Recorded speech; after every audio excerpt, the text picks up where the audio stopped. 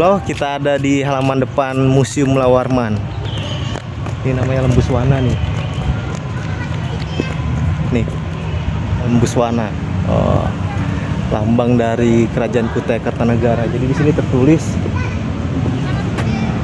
Ini sini tulisannya, bermahkota bukannya raja, berbelalai bergading bukan gajah, bersayap bukannya burung, bersisik lainnya ikan, bertaji bukannya ayam. Binatang apakah ini?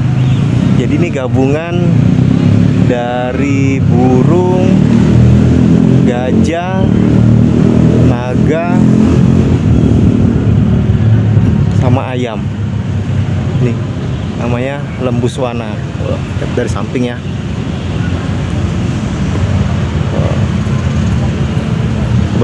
Belalai bukan gajah. Ini sosok hewan misterius, lambang dari Kerajaan Kutai Kartanegara. Nah, kita di taman, di halaman depannya Museum Lawarman.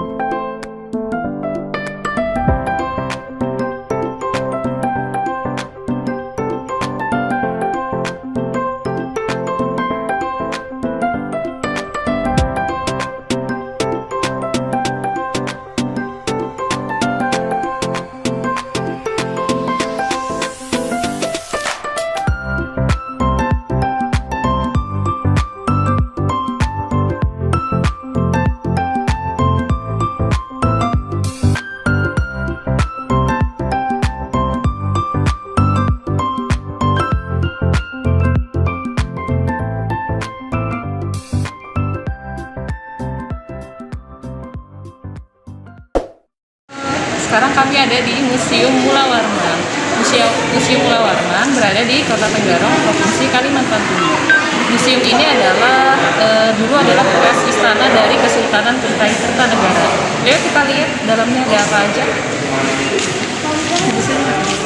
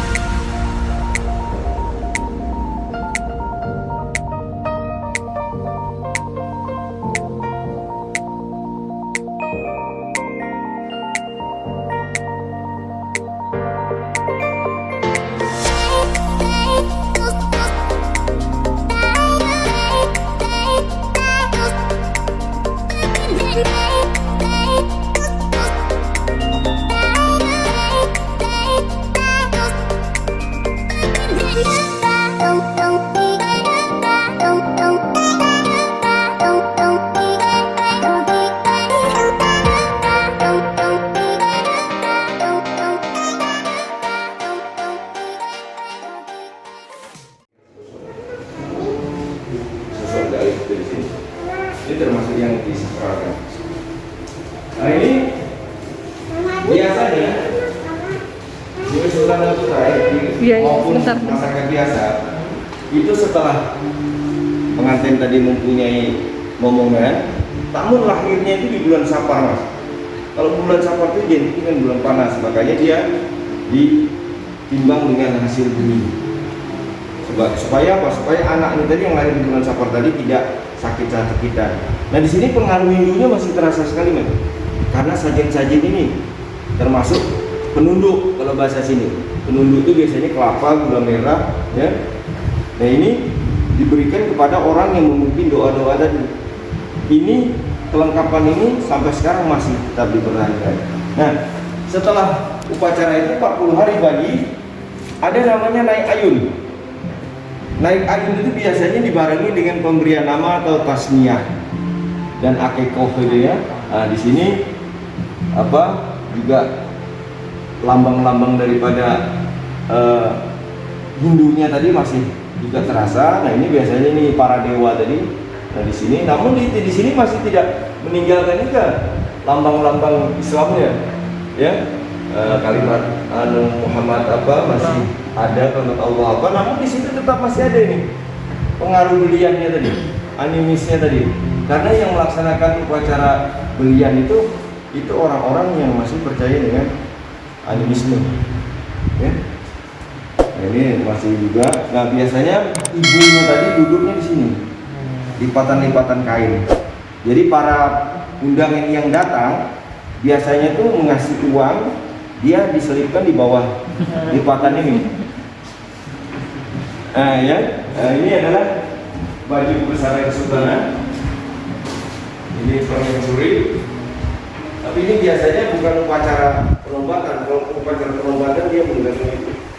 Nah, di sini masih kelihatan sekali pengaruh Belandanya, ya, karena bulu-bulunya dan sebagainya. Nah, di bawah sini ini ruang keramik, ya, ruang keramik. Di sini dulu, di sini sebetulnya ini berangkas, karena ya ini sebetulnya bukan ruang bawah tanah. Tapi sebagai syarat untuk melamar Putri Dayak memang harus memberikan ini piring putih, mandau, ya, termasuk kain putih. Itu wajib, itu Mas, tidak bisa enggak. Nah, di kalangan suku Dayak, guci-guci ini sebetulnya untuk menyimpan tulang belulang. Nah, ini kita bisa lihat ini. Jadi ini perburuan yang dilakukan oleh sekelompok orang-orang yang tidak bertanggung jawab. Kuburan suku Dayak itu biasanya di dalamnya ada guci. Ketika suku Dayak itu tadi mati, meninggal, itu bukan langsung dikubur, tapi ditaruh namanya di lumun. Lumun itu batang kayu yang dibolongi, kemudian dimasukkanlah jenazahnya tadi, mayatnya dari situ, baru diletakkan biasanya di atas batu atau dibuatkan tempat tinggi. Nah, kemudian jenazah itu dibiarkan sampai puluhan tahun. Setelah sudah proses pembusukan jadi tulang belulang, maka baru dikuburkan. Dikuburkannya itu dimasukkan dalam guci. Ya, makanya suku Dayak itu kalau yang makam-makam tua itu pasti dijaga betul, karena pada umumnya di dalamnya itu ada guci. Dan suku Dayak kalau dia meninggal, dia selalu bawa ini piring, mandau, itu pasti ada di kuburannya. Sampai sekarang pun suku Dayak itu masih, walaupun yang dia sudah beragama, tapi semua barang-barangnya itu wajib dibawa. Nah, ini cara mencari kuburan yang ada gucinya sederhana saja. Dia pakai batu meser kurang lebih 1 meter, dicocokkan. Kalau dia menyentuh itu berarti dia ada suara, maka diganti. Waktu itu pemuda Dayak itu marah karena ini adalah penghinaan terhadap leluhur. Sementara suku Dayak itu menjunjung tinggi terhadap leluhur. Maka orang-orang ini tadi yang menggali kuburan dan mengambil gucinya itu dipenggal lehernya, yang dinamakan ngayau. Nah, Jadi itu biasanya seperti kejadian di samping kemarin itu termasuk daripada bagian itu. Nah, marahnya suku Dayak itu karena sudah menghina leluhur. Maka setelah dipenggal dibawa pulanglah kepalanya tadi. Kita tahu peristiwa samping hanya kepala saja yang mandau yang terbang. Nah, itu benar itu ya. Oke.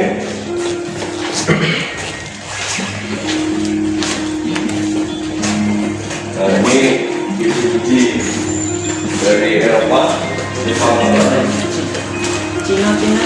ya rata-rata Cina memang. Nah, ini biji Thailand. Nah, Jepang dia agak modern dengan dengan warna-warnanya. Nah, ini Eropa. Nah, ini juga mempunyai keistimewaan. Ini bisa awet makanan. Karena zaman dulu belum ada kulkas, sehingga makanan itu ditaruh di ini. Jadi dia lebih awet. Nah, ini mungkin kayak dispenser ya. Ini. Nah, kalau sampai misalkan kalau di kolektor itu sekarang sudah mulai paham. Guci ini yang pernah untuk menyimpan tulang belulang manusia itu di bawahnya ada bolongan. Agar apa? Agar air tadi tidak menampung tapi dia keluar. Jadi kalau sampai misalkan ketemu guci tua yang bawahnya itu ada bolongan, itu berarti pernah digunakan untuk menyimpan tulang belulang manusia. Dan guci yang nilainya itu mahal kalau gambar naganya ini menghadap ke atas. Oh iya. Ini sekarang sudah banyak ditiru orang dengan retak 1000 dan sebagainya. Tetapi kalau kolektor itu pasti tahu membedakan mana sih yang benar tua dengan yang tidak. Walaupun dia motif sama. Ada istilahnya sekarang itu retak 1000 mas. Itu bisa dibuat kan? Oh. Jadi proses pembuatan gula merah.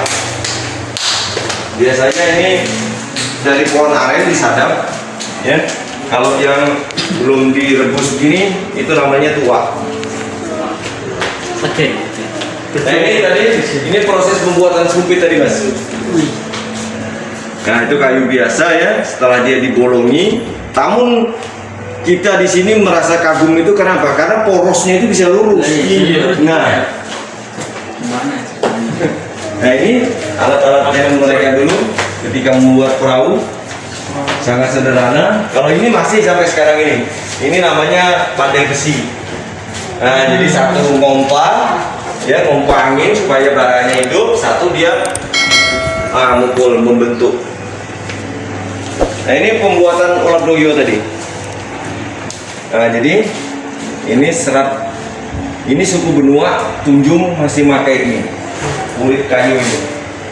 Jadi setelah dipukuli baru direndam sambil Nah cuma anunya apa permasalahannya ini kalau kena air mas, kalau kehujanan dia luntur. Ya. Nah ini Ini alat angkut. Ini suku Dayak, Manjong. Ya, biasanya dia. Nah ini tadi yang bening aban tadi. Nah di sini asik loh, si anak ini. Nah katakan aja kayak si ini, dedek ini, ketika dia dimasukkan sini, ini hangat ke ibu itu bisa dianukan oleh anaknya. Nah dia ibunya masih tetap Nah ini profilnya memang Dayak asli betul ini. Ini sudah lihat, wah sekali ibunya itu. Nah ini ya, mereka menggunakan ini berjalan itu kalau bahasanya suku Dayak itu mas tidak habis satu batang rokok. Yang dihisap rokoknya rokok lintingan itu 1 jam tidak habis. Ini bakwan apa ya masih ini.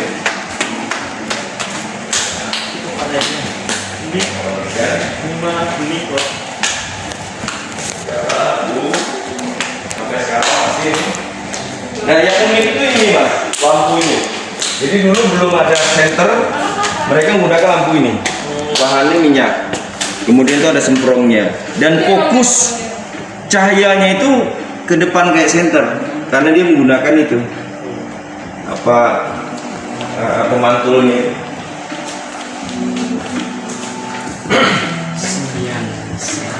Kalau yang hobi mancing memang Tuh ini Pak. Mancing ini. iya, yang hobi mancing. Nah biasanya kalau di danau itu dipasang itu namanya semacam penghalang ya. Nah, baru diarahkan. Kalau ini sambangnya di luar nih. Mancing numpak dulu. Nah ini biasanya ditinggal ini bubunya. Nah nanti baru sekali baru dikontrol. Tapi disuruh betul. Nah kalau sudah dipasang ini kan ikan dia tidak bisa kemana-mana. Ini biasanya ini danau, ini dipasang, tapi di kiri kanannya sudah dipasang ini penahannya itu, jadi baru diburu. Nah digiring ikan masuk sini ada bisa masuk tapi tidak bisa keluar. Ini biasanya juga sistemnya ini sistem ditinggal itu. Pagi atau sore, pagi baru dia. Nah nih, Dayak itu ada tradisi sabung ayam dan senjatanya ini beracun apabila sudah kena, ya. Lagi ayam ini, jadi biasanya diikat di sini baru dililiti dengan benang. Ikat Di kakinya itu mas, di tajinya itu. Kalau Jawa kan dia sabungnya sabung bangkok, kekuatan pukulan. Tapi kalau suku Dayak dia ayamnya ayam hutan. Kayak ayam di rumah apa itu. Nah jadi hanya juga bodoh. Apa dia? Tapi enggak lihat tuh macannya hidup loh. Macam itu kan? Iya. Ini untung bisa bertahan lama mas lampu ini. Ini biasanya enggak tep mati. Makanya bilang orang kenapa kok gelap? Ya lampunya nggak bisa bertahan lama.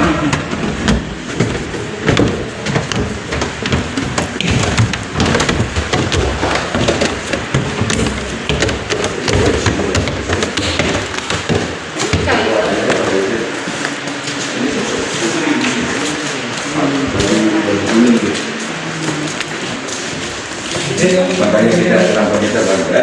Ini sudah yang ke-200 tahun dan ini pernah digunakan langsung oleh pasangan pengantin.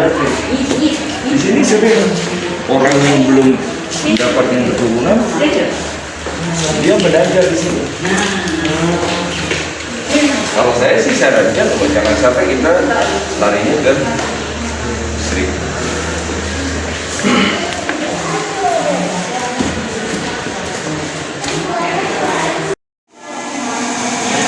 Nah ini sekarang kita ada di ruangan tengahnya ya. Jadi tadi kita udah ada di ruangan bawah. Itu di ruangan bawah itu peninggalan keramik. Untuk yang ini itu di ruangan tengah ada miniatur patung dari Gubernur Kalimantan Timur. Jadi ada dari apa kita lihat langsung aja ya? Ya, ayo.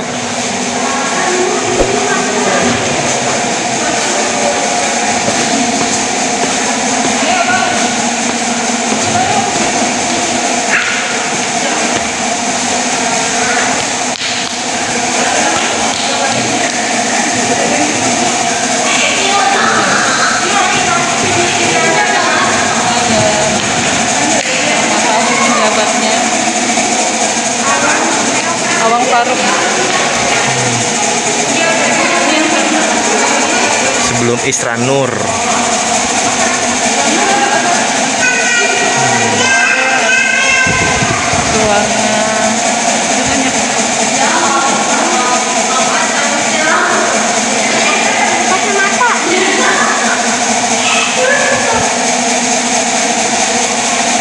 Tolong nak. Tuh. Ini yang masih hidup sampai sekarang nih. Masih hidup nih, keturunan dari Raja Mulawarman, Kerajaan Kutai Kartanegara nih, yang masih hidup sampai sekarang nih. Ini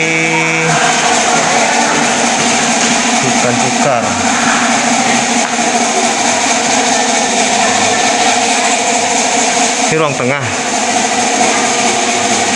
Tadi kita udah ke ruang bawah sama tour guide-nya. Sekarang kita mau keliling mana nih? Sini, kanan, atau kiri? Kalau di sini tentang raja-rajanya ya, kerajaannya. Iya. Raja-rajanya. Mau mana? Ke sana? Mau ke sana atau ke sini? Sana. Yuk.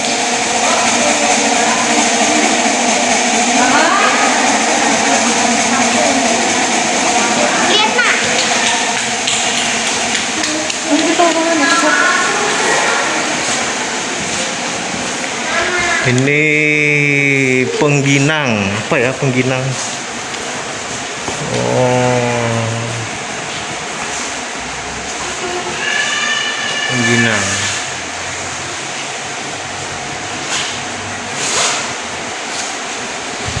Halo.